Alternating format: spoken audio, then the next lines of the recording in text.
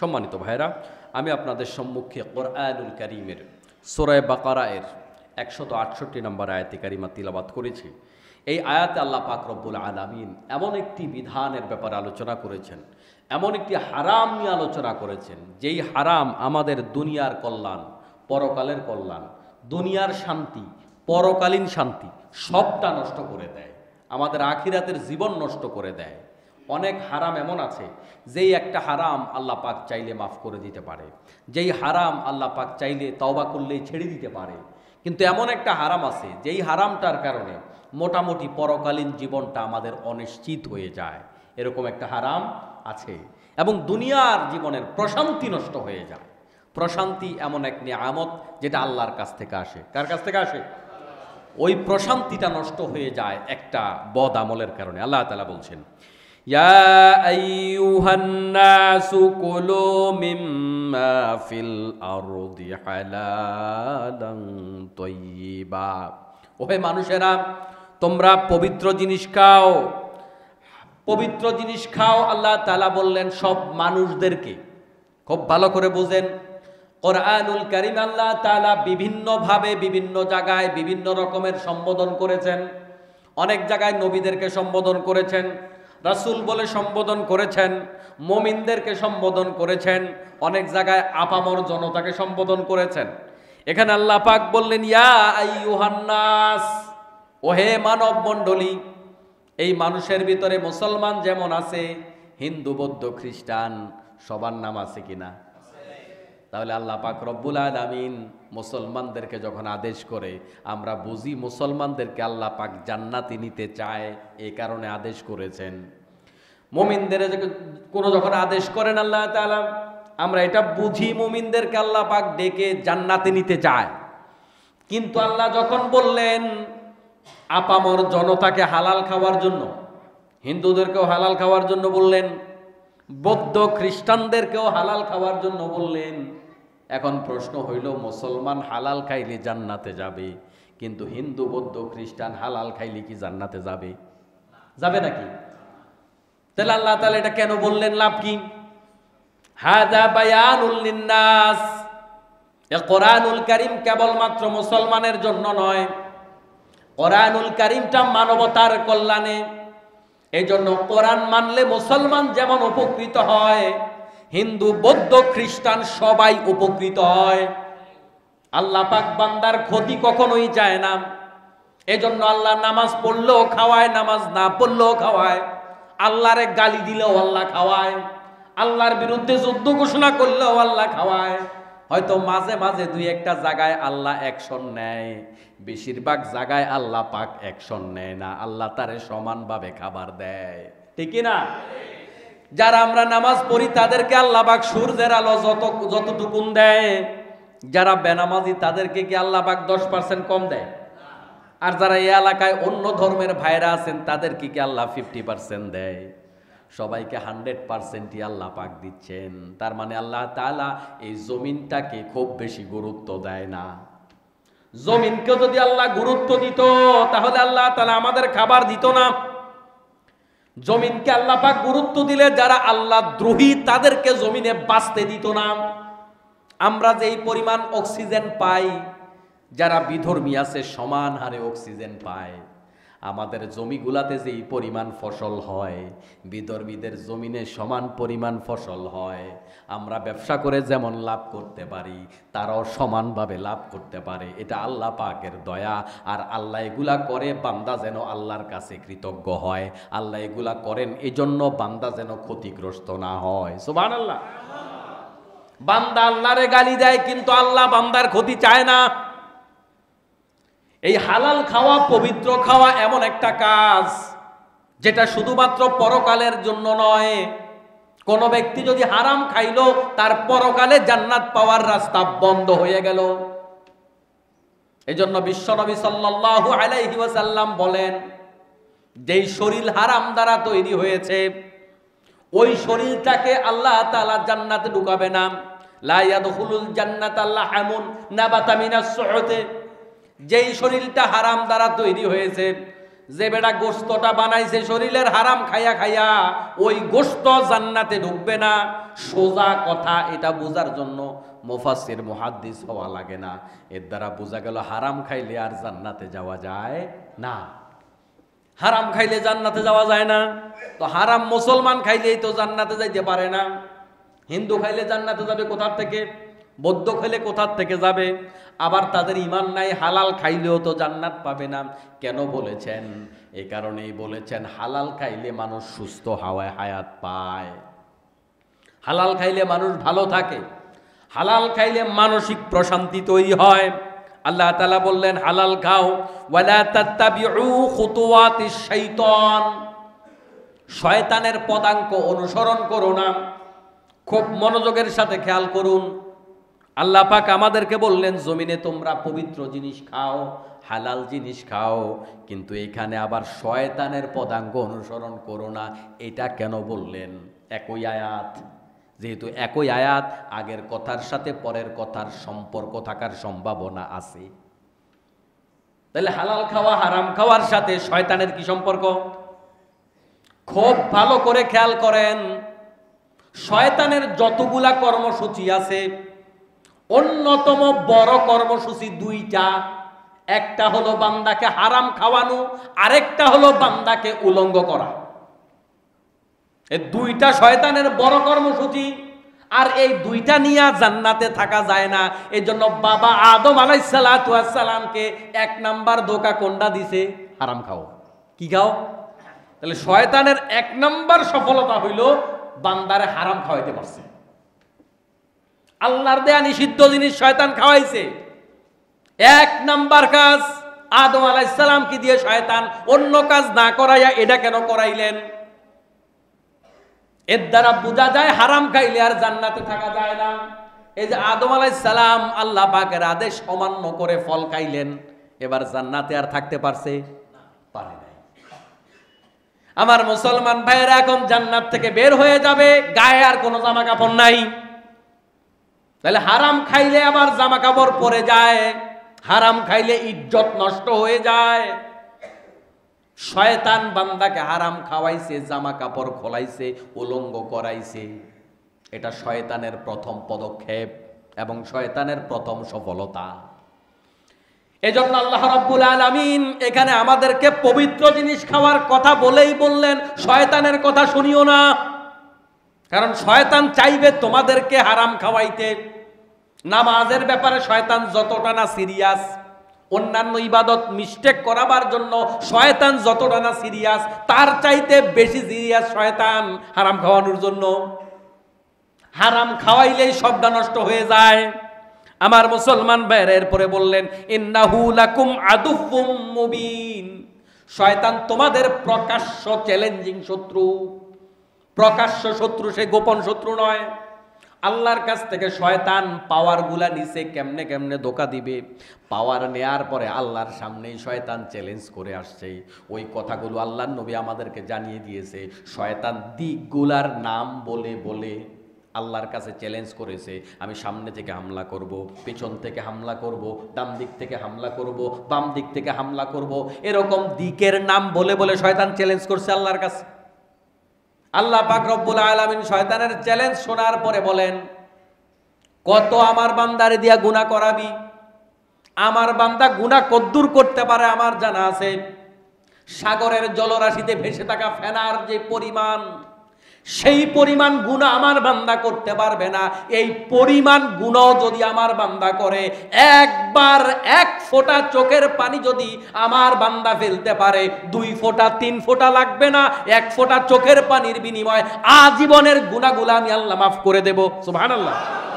তাহলে শয়তান একদিকে চ্যালেঞ্জ করছে, আল্লাহ শয়তানের চ্যালেঞ্জের জবাব দিছে। গুনাহ কয়টা করাবি আমার বান্দারে? কত গুনাহ করাবি? শয়তান ভেবেছে যেই চ্যালেঞ্জ, যেই পাওয়ার আল্লাহ আমাকে দিছে, তাহলে সবগুলোরে জাহান্নামে নিয়ে যাব। সবার পিছনে শয়তান আছে না নাই? আছে। এজন্য শয়তানের থেকে পানাহ চাওয়া, আশ্রয় চাওয়া প্রতিটা মুমিনের জন্য বাধ্যতামূলক। কারণ আপনি জুমার নামাজ গতটা যে পড়ে গেছেন, ওখানে আধা ঘন্টা কোরআন হাদিসের আলোচনা শুনছেন, এমনও মুসল্লি আছে, এমনও মুসল্লি না, ম্যাক্সিমাম মুসল্লি বলা চলে এই একটি সপ্তাহ কোরআনের একটা আয়াতও পড়ে নাই, একটা হাদিসও পড়ে নাই, কোনো হুজুরের একটা লেকচারও শোনে নাই। তাইলে এখন আপনি বলেন হুজুর মুক্ত, কোরআন মুক্ত, হাদিস মুক্ত এক সপ্তাহ আপনার কাটছে, কিন্তু শয়তান মুক্ত কাটছে না? শয়তান আছে, লেকচার শুনছেন আধা ঘন্টা, আর বাকি 23.5 ঘন্টা শয়তান আপনার সাথে, আর বাকি পুরা সপ্তাহ আরো 6 দিন তো আছেই। এই 6 দিন আপনি কোরআনের কাছেও যান নাই, হাদিসের কাছেও যান নাই, আপনি শয়তানের ধোকায় পড়েছিলেন। এই জন্য শয়তানের ধোকা থেকে বাঁচার জন্য দোয়া করতে হবে, আউযু বিল্লাহি মিনাশ শাইতানির রাজিম। সব সময় সকাল সন্ধ্যায় দোয়া পড়বেন, আউযু বিল্লাহি মিনাশ শাইতানির রাজিম। এটা সহজ না কঠিন?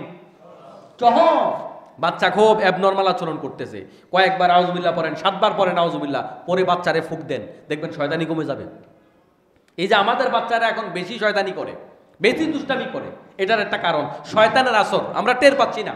আমরা মনে করতেছি এমনিই দুষ্টামি করতেছে, না, শয়তান করাচ্ছে, জিন শয়তান এগুলা করায়। এর জন্য সকাল সন্ধ্যার এই তসবিহগুলো আমাদেরও আমল করা দরকার, এবং এগুলা পড়ে পড়ে বাচ্চাদেরকে বেশি বেশি ফুঁক দেওয়া দরকার।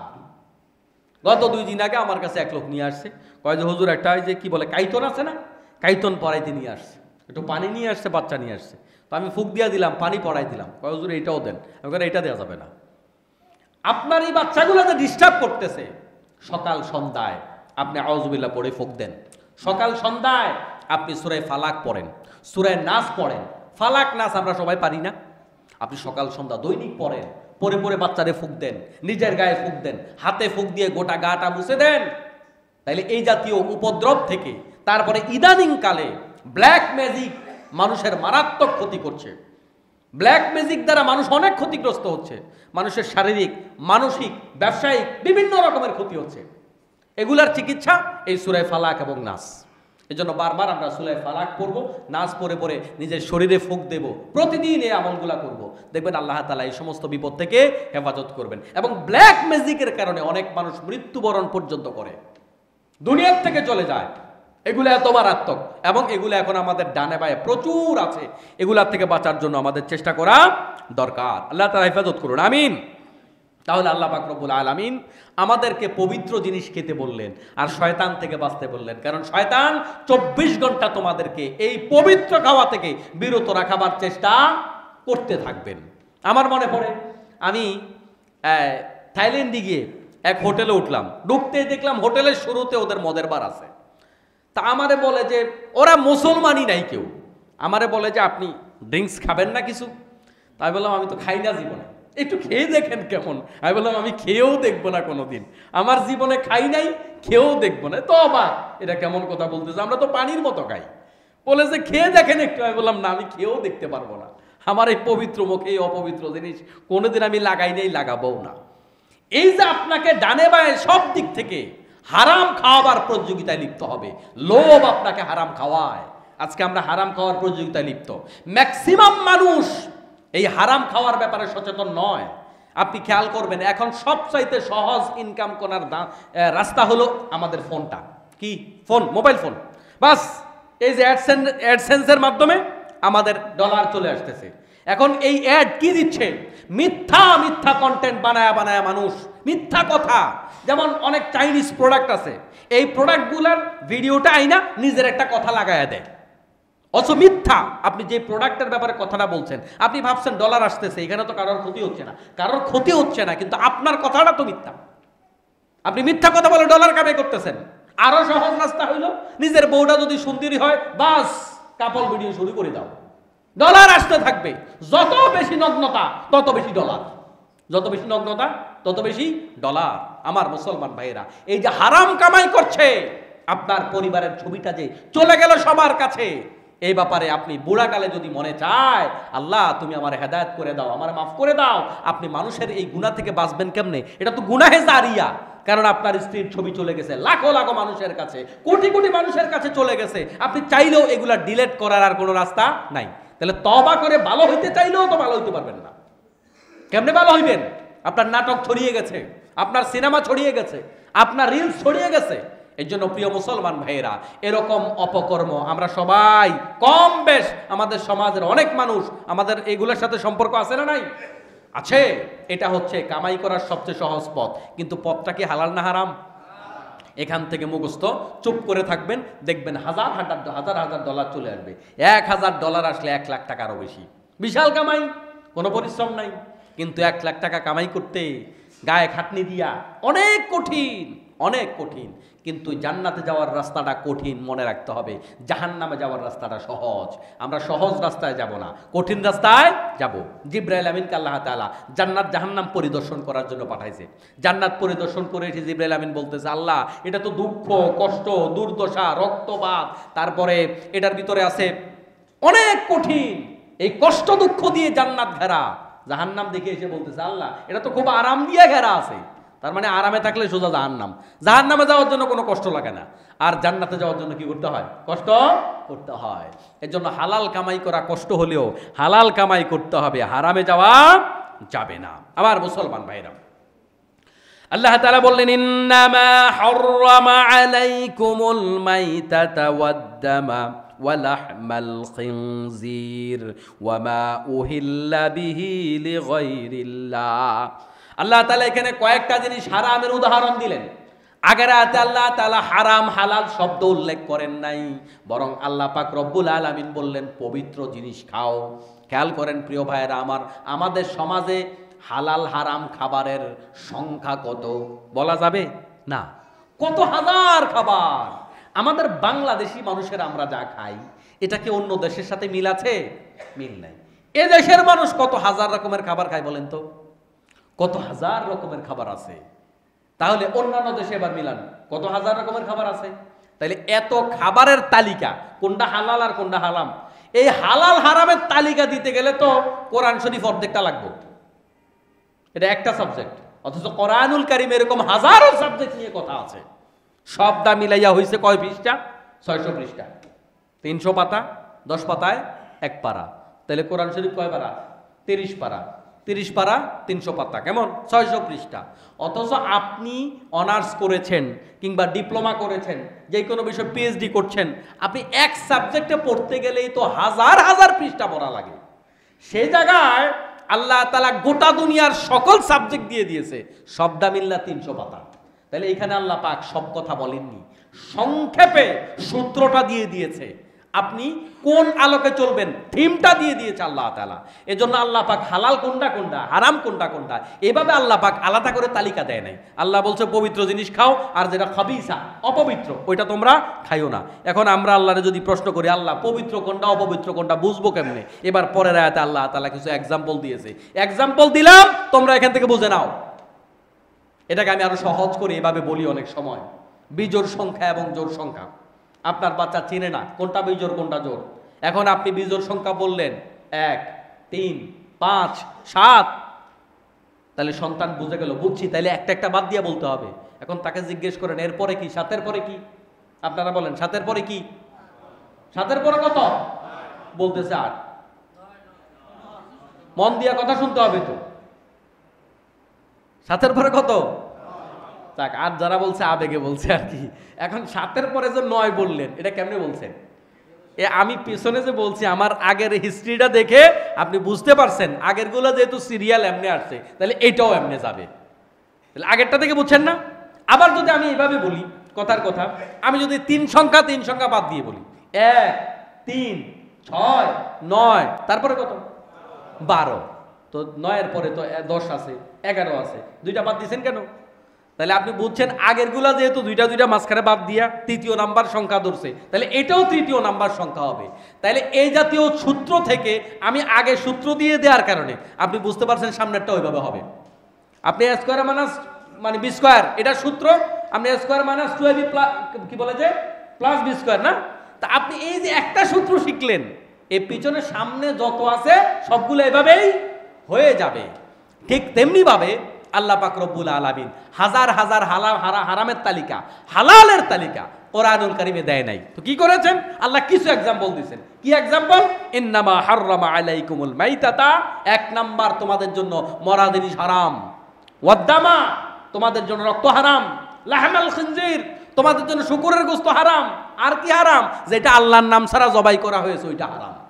আল্লাহ 4টা উদাহরণ দিয়ে দিলেন। এবার 4টা উদাহরণ থেকে আপনি হাজার হাজার খাবারের সাথে এটা মিলাইয়া নেন, কোনটা হালাল হবে কোনটা হারাম হবে। না হয় এই সমাজে যত খাবার আছে, এত খাবারের নাম কোরআনেও নাই, হাদিসেও নাই। এখন হালাল আর হারাম পাইবেন কই? গাজার কথা কোরআন শরীফে নাই, ইয়াবার কথাও কোরআন শরীফে নাই, বিড়ির কথা তো নাই। তাইলে আচ্ছা তরবে খাওয়া যাবে? কেমন খাওয়া যাবে? তাহলে এগুলা পাবেন কই? এগুলা পাবেন ডাক্তারের কাছে। কোথায় পাবেন? ডাক্তারের কাছে। এই হালাল হারাম ডাক্তার বলবে। কেন ডাক্তার বলবে? কারণ আপনি 4টা খাবার কেন হারাম করা হয়েছে আপনি যদি একটুখানি বিশ্লেষণ করেন, আপনি মেডিকেলের কাছে যেতে হবে। কোরআনুল কারীম কতটা আপডেট, কোরআনুল কারীমের ব্যাখ্যা আপনি বুঝবার জন্য দুনিয়া যত সামনের দিকে এগিয়ে যাবে, কোরআন বোঝা তত সহজ হবে। আমি আজ থেকে কয়েক মাস আগে বলেছিলাম সূর্য পশ্চিম দিকে উঠবে, আমরা আজীবন এটা বিশ্বাস করেছি। কিন্তু আমাদের দিকে তাকাইয়া বিদর্মীরা হাসছে। মোল্লা কয় কি, সূর্য আবার পশ্চিম দিকে কেমনে উঠে? এটা কি উল্টানো সম্ভব? কেমনে উঠবে পশ্চিম দিকে? এখন নতুন করে বিজ্ঞান আমাদেরকে বলছে পৃথিবীর যে উত্তর মেরু দক্ষিণ মেরু, এই মেরুটা চেঞ্জ হয়ে যাবে একটা সময়। এটা চেঞ্জ হওয়া শুরু হয়ে গেছে। তাহলে এটা চেঞ্জ হয়ে যখন ঘুরে যাবে, তখন পূর্বের সূর্য পশ্চিমে চলে যাবে। সুবহানাল্লাহ। তাহলে আল্লাহ যেটা ঘটাবে এটা বুঝতে আমাদের 1500 বছর সময় লেগেছে। এতদিন আমাদের মুসলমানরা ঈমান এনেছিল, কিন্তু কেমনে ঘটবে বুঝে নাই, এটা এখন বুঝছে। কথা কি আপনারা বুঝতে পারতেছেন? তাহলে অনেক কিছু বোঝা কঠিন। আল্লাহ পাক রব্বুল আলামিন সাগরের মধ্যে আগুন লাগিয়ে দেবে।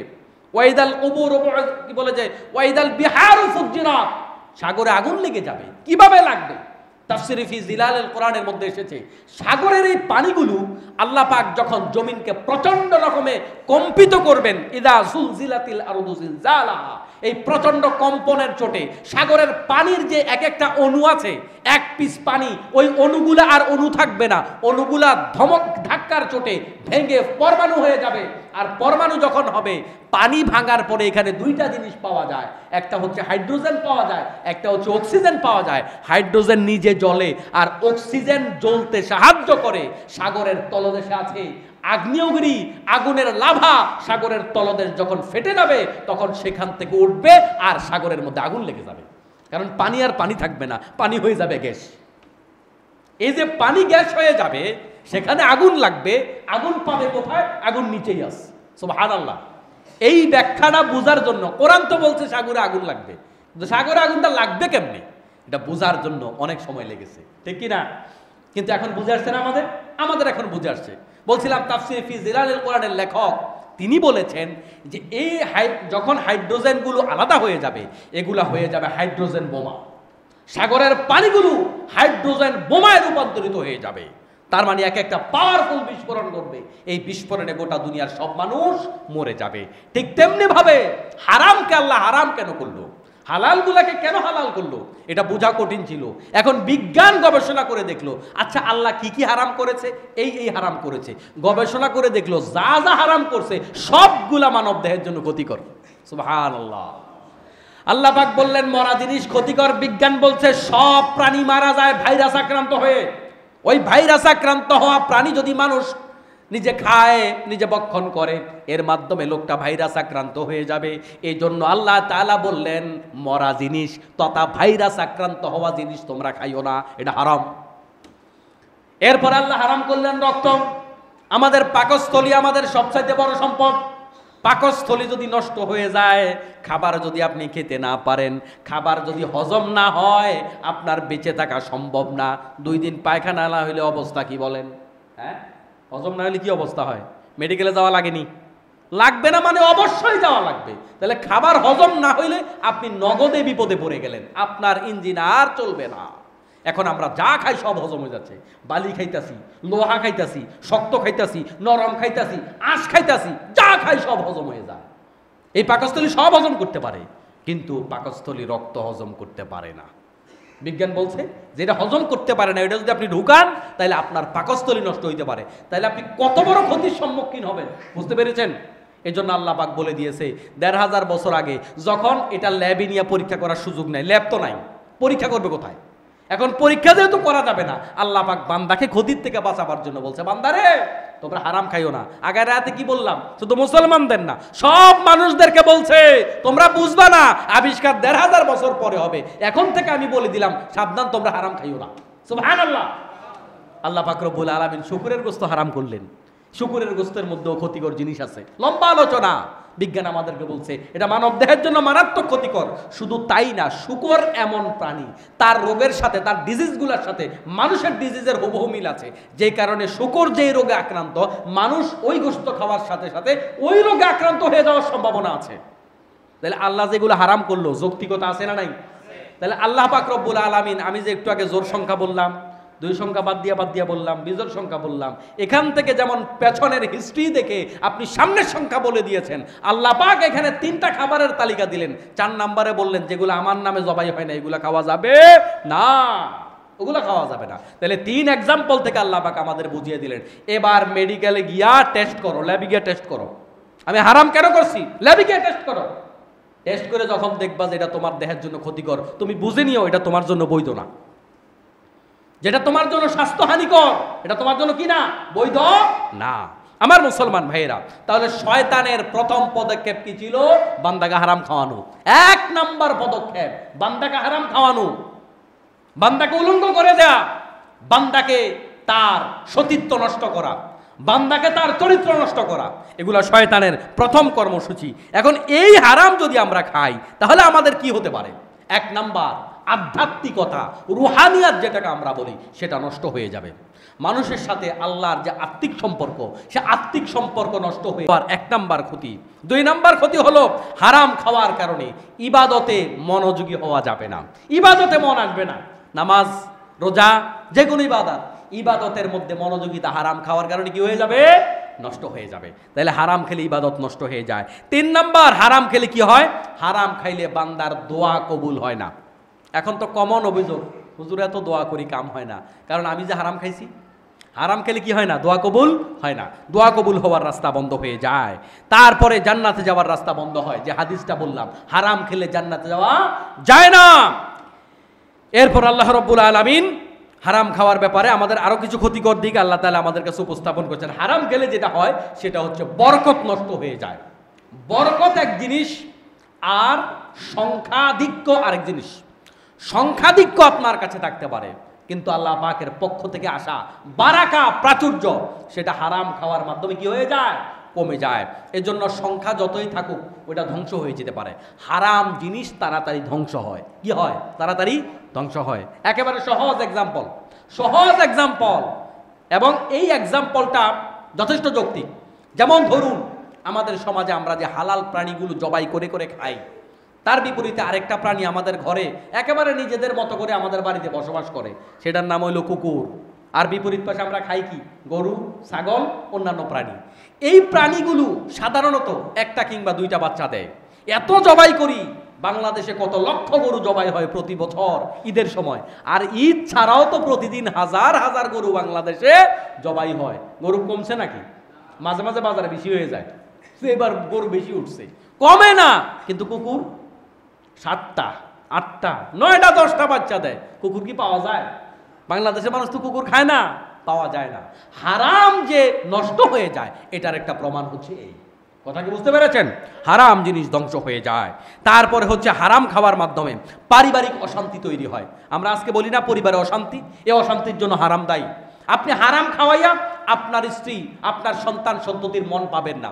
এগুলার কারণে পারিবারিক দ্বন্দ্ব, অশান্তি, কলহ তৈরি হয়। কিন্তু আপনি বুঝতে পারতেছেন না যে এত টাকা দেই, এত পয়সা দেই, পারিবারিক অশান্তি তৈরি হয়ে যায়। কারণ হারামটা তো ইন্টারনাল কাজ করে, নেটওয়ার্কের মতো কাজ করে। নেটওয়ার্ক কি দেখা যায়? দেখা যায় না, কিন্তু কাজ করে কি না? কাজ করে। নেটওয়ার্কের কারণে অনেক ভারী ভারী কাজ করা যায়, কিন্তু ওই নেটওয়ার্ক দেখা যায় না। এই হারামটা নেটওয়ার্কের মতো কাজ করে। এরপরে হারাম খাওয়ার কারণে মানসিক অস্থিরতা তৈরি হয়। এমনটা আমাদের সমাজে এখন আমরা অনেক দেখি। অনেকে এসে বলে, হুজুর ভাল লাগে না। কেন ভাল লাগে না এটা কইতে পারে না। ভাল লাগে না এটা কইতে পারে, কেন ভাল লাগে না ওইটা বলতে পারে না। তাহলে মানসিক অস্থিরতার জন্য দায়ী হচ্ছে হারাম খাওয়া। পাশাপাশি মানুষের বিবেকের মৃত্যু হয় হারাম খাওয়ার কারণে। ইদানিংকালে এরকম বিবেক বিবর্জিত মানুষ সমাজের মধ্যে অনেক বেশি। দেখে শুনে অযৌক্তিক কথা বলে, দেখে শুনে অযৌক্তিক সাক্ষ্য দেয়। এই বিবেকটা মূল্য কিভাবে তার? তাকে তো আল্লাহ পাক বিবেক দিয়ে দুনিয়াতে পাঠাইছে। হারাম খেলে মানুষের বিবেক মরে যায়। তারপরে হারাম খেলে সমাজের মধ্যে অস্থিতিশীলতা তৈরি হয়ে যায়, কারণ একজনে বড় লোক হওয়ার জন্য হারাম খাবে, এখন সমাজের ব্যালেন্স তৈরি হবে, তাকে দেখে আরেকজনে হারাম খাওয়া শুরু করবে। তাহলে সমাজের যে স্বাভাবিক প্রক্রিয়া, স্বাভাবিক গতি, সেই গতিটা ব্যাহত হয়ে যায় হারামের কারণে। তারপরে এই হারাম হচ্ছে একটা অর্থনৈতিক জুলুম। হারামের কারণে কি হয়? অপরের প্রতি জুলুম করা হয়ে যায়। হারামের কারণে তওবা করার সুযোগ হ্রাস পেয়ে যায়, কারণ হারামের কারণে কলব এতটাই হার্ড হয়ে যায়, তখন তওবা করার মানসিকতা হারিয়ে যায়। এগুলো হচ্ছে হারামের ক্ষতিকর দিক। আবার হারাম খেলে মানুষের ভিতরে অহংকার তৈরি হয়, দাম্ভিকতা তৈরি হয়। আজকে এই সমাজে এগুলা কম না বেশি বলেন তো? বেশি। একজন লোক অহংকার করলে পরিবেশটা নষ্ট হয়ে যায়, পরিবেশটা প্রভাবিত হয় তার দ্বারা। এগুলার কারণ হচ্ছে হারাম খাওয়া। হারামের কারণে এগুলা তৈরি হয়। হারামের কারণে মানুষ হিংসা করে মানুষকে। হারামের কারণে মানুষের ভিতরে লোভ তৈরি হয়। এই হারামের কারণে লোভ তৈরি হয়। হারামের কারণে নেক কাজের প্রতি মানুষের অনীহা তৈরি হয়। নেক কাজ করার প্রতি একটা আগ্রহ, এই আগ্রহটা মানুষ হারিয়ে ফেলে হারামের কারণে। সৎ কাজ করার অনুপ্রেরণা কমে যায়, ভালো কাজ করার অনুপ্রেরণা কমে যায়। এই জাতীয় কারণে আমাদের উচিত হচ্ছে এই হারাম থেকে কি করা? বেঁচে থাকা। আল্লাহ তাআলা আমাদের তৌফিক দান করুন, আমিন। আমার মুসলমান ভাইয়েরা, এই হারামের কারণে সমাজের মধ্যে অনেক শব্দ আছে বলা যায় না, সামাজিক কারণে। এখানে অনেক নাবালেগ বাচ্চারা আছে। আজকে সমাজে ইনব্যালেন্স একটা পরিবেশ তৈরি হয়েছে। মায়ের কাছে সন্তান নিরাপদ না, সন্তানের কাছে বাবা নিরাপদ না, একটা অনিরাপদ পরিবেশ তৈরি হয়ে গেছে, এবং এত অশ্লীলতা, বেহায়াপনা পারিবারিকভাবে প্রতিষ্ঠিত হয়ে গেছে। এগুলার কিন্তু বড় একটা কারণ হচ্ছে এই হারাম। হারামের কারণে এই কি বলে যে অস্বাভাবিক পরিবেশটা তৈরি হয়েছে। আমরা প্রতিবাদ করে রাখছি। গতকাল একটা বিষয় দেখেছেন যে গাজীপুরে একটা মেয়ে 13 বছরের কম বয়স, তাকে হিন্দু যুবক পালাক্রমে ধর্ষণ করেছে। দেখেছেন আপনারা? আমরা তীব্র নিন্দা এবং প্রতিবাদ জানাই। এই মিডিয়ার সন্ত্রাসবাদের কারণে বাংলাদেশে উল্টা নিউজগুলো ভাই হিসাবে তাদের কাছে প্রকাশ করা হয়। গত 16টা বছর গোটা দুনিয়ার কাছে প্রচার করা হয়েছে বাংলাদেশে হিন্দুরা নির্যাতিত। এটা সবচাইতে বড় ডাহা মিথ্যা কথা। বাংলাদেশে মুসলমান নির্যাতিত, বাংলাদেশে মুসলমান নির্যাতিত। বাংলাদেশে এরকম ঘটনা শত শত আছে। মুসলিম তরুণীদেরকে হিন্দুরা দর্শন করে, কিন্তু আপনি বিপরীত দিকে কোন হিন্দু তরুণীকে মুসলিম দর্শন করেছে আপনি এক্সাম্পল খুঁজে পাবেন না। শুধু এটা না, চাকরির বাজারে বলেন, সরকারি চাকরি বলেন, বেসরকারি চাকরি বলেন, প্রাইভেট কোম্পানি বলেন, সব জায়গায় হিন্দু হলে সহজ ওই চাকরি হয়ে যায়, মুসলমান হলে সেখানে চাকরি হয় না। দাড়ি থাকলে সেখানে চাকরি হয় না, তা বোরখা থাকলে চাকরি হয় না, নেকাব থাকলে চাকরি হয় না। বোরখা নেকাব থাকলে মার্কস কমিয়ে দেওয়া হয় কলেজ বিশ্ববিদ্যালয়গুলোতে। অলিখিতভাবে এটা প্রতিষ্ঠিত বাংলাদেশে মুসলমান নির্যাতন হয়, মুসলমান নির্যাতন হয়। অথচ মিথ্যা নিউজগুলো পৃথিবীর সামনে, পশ্চিমাদের সামনে প্রমাণ করার চেষ্টা করা হয় যে বাংলাদেশের সংখ্যালঘুরা নির্যাতিত। এই যে বাংলাদেশে কদিন আগে পূজা গেল, এটা নিয়ে আমরা অনেক আলোচনা করেছি, পর্যালোচনা করেছি, আমরা এটা নিয়ে সমালোচনা করেছি, কিন্তু দিন শেষে কথা হচ্ছে মুসলমানরা এখানে কেন গেল? মুসলমানরা টের পেয়েছে দেশের একটা পট পরিবর্তন হয়েছে। আমরা সেখানে না গেলে আবারও পশ্চিমাদের কাছে, ভারতের কাছে, আন্তর্জাতিক মিডিয়ার কাছে প্রমাণ করার চেষ্টা করবে যে এই মোল্লারা, হুজুররা কিন্তু হিন্দু বিরোধী। এইটা প্রমাণ করার জন্য অনেক আলেমরা পর্যন্ত এবার গেছে। আমরা বুঝি কেন গিয়েছে, কিছু ভুল ত্রুটি আছে, কিন্তু দিন শেষে কেন গিয়েছে এই জন্য। এটা অন্য কোথাও আপনি পাবেন? ভারতে মুসলমানদের কোরবানিতে কোন হিন্দু নেতা এসে বলতে পেরেছে আমরা আপনাদের নিরাপত্তা দিব? বলতে পেরেছে? বাংলাদেশের হাজারো হাজারো মুহাদ্দিস, মুফাসসির, এমপি ক্যান্ডিডেট, মুসলমান লিডার, দাড়িওয়ালা, টুপিওয়ালা হিন্দুদের পূজায় গিয়ে বলেছে আমরা আপনাদের নিরাপত্তা দিব। এরকম চমৎকার পরিবেশ পৃথিবীর কোথাও আপনি দেখবেন না। কিন্তু এরপরেও কয় হিন্দু নির্যাতন হয়, আসলে বাংলাদেশে মুসলমান নির্যাতন হয়। এটাই হচ্ছে বাস্তবতা। আল্লাহ তাআলা আমাদের সবাইকে এখান থেকে বেঁচে থাকার তৌফিক দান করুন, আমিন। আজ সমাজের কয়টা কথা বলবো, অনেক কথা তো এমন আছে যেই কথাগুলো আপনাদের অনেকে হজম করতে পারেন না, কারণ এই কথাগুলো বললে কখনো কখনো কারো কারো বিরুদ্ধে চলে যায়। আমরা যদি ভালো কাজের প্রতিযোগিতা না করি সমাজ তো ধ্বংস হবেই। ভালো কাজের প্রতিযোগিতা না করলে সমাজ ধ্বংস হবে। গতকাল একটা জায়গায় দেখেছি কিছু ছাত্রদের 5 ওয়াক্ত নামাজ যারা নির্দিষ্ট দিন জামাতে আদায় করতে পারবে তাদের জন্য একটা পুরস্কার বিতরণ অনুষ্ঠানের আয়োজন করছে। একটা ভদ্রলোক দল গিয়ে সেখানে বাধা দিছে, ভাঙচুর করেছে। কেন? আপনি এর চেয়ে ভালো কাজ করেন, এর চেয়ে ভালো কাজ আপনি করেন। এই নোংরামি বাংলাদেশে চলতে থাকলে এখানে ভালো লোক তো তৈরি হবে না। ভালোদের প্রমোট করতে শিখুন, যেই ব্যক্তি, যেই দল, যেই গোষ্ঠী, যেই লোক ভালো কাজ করুন, তাকে ভালোবাসুন, তাকে ভালো বলতে শিখুন, প্রমোট করুন, ভালো কাজের প্রতিযোগিতা চলুক বাংলাদেশে। তবে আলহামদুলিল্লাহ আমি যথেষ্ট পরিমাণে আশাবাদী, এই জাতির ভিতরে যে জাগরণ তৈরি হয়েছে, আমরা যদি এখন ভালোর কাজে প্রতিযোগিতা না করে নিজেদের শক্তি প্রয়োগের চেষ্টা করি, জাতি কিন্তু দারুণভাবে প্রত্যাখ্যান করবে। আল্লাহ তাআলা আমাদের সবাইকে বুঝার তৌফিক দান করুন। আলোচনার শুরু থেকে এ পর্যন্ত যেই বিষয়টাকে বোঝাবার চেষ্টা করেছি সেটা হচ্ছে হালাল খাওয়া। হারামে যাবেন, দুনিয়াও শেষ, আখিরাতও শেষ, মানসিক স্বাস্থ্যও শেষ, আপনার শারীরিকভাবেও আপনার ফিটনেস নষ্ট হবে। তাহলে শারীরিকভাবে, মানসিকভাবে, দুনিয়াবী জীবন, পরকালীন জীবন সবটা ধ্বংস হয়ে যাবে একটা কাজে, সেটা হচ্ছে হারাম খাওয়া। আসুন আমরা পবিত্রতার সাথে থাকি, হালালের সাথে থাকি। হালাল হচ্ছে পবিত্র, হারাম হচ্ছে অপবিত্র। আল্লাহ তাআলা আমাদের সবাইকে কবুল করুন, আমিন। হাদা মা ইনদি ওয়াল ইলমু ইনদাল্লাহি আলাইহি তাওয়াক্কালতু ওয়া ইলাইহি উনীব। আসসালামু আলাইকুম ওয়া রাহমাতুল্লাহি ওয়া বারাকাতুহু।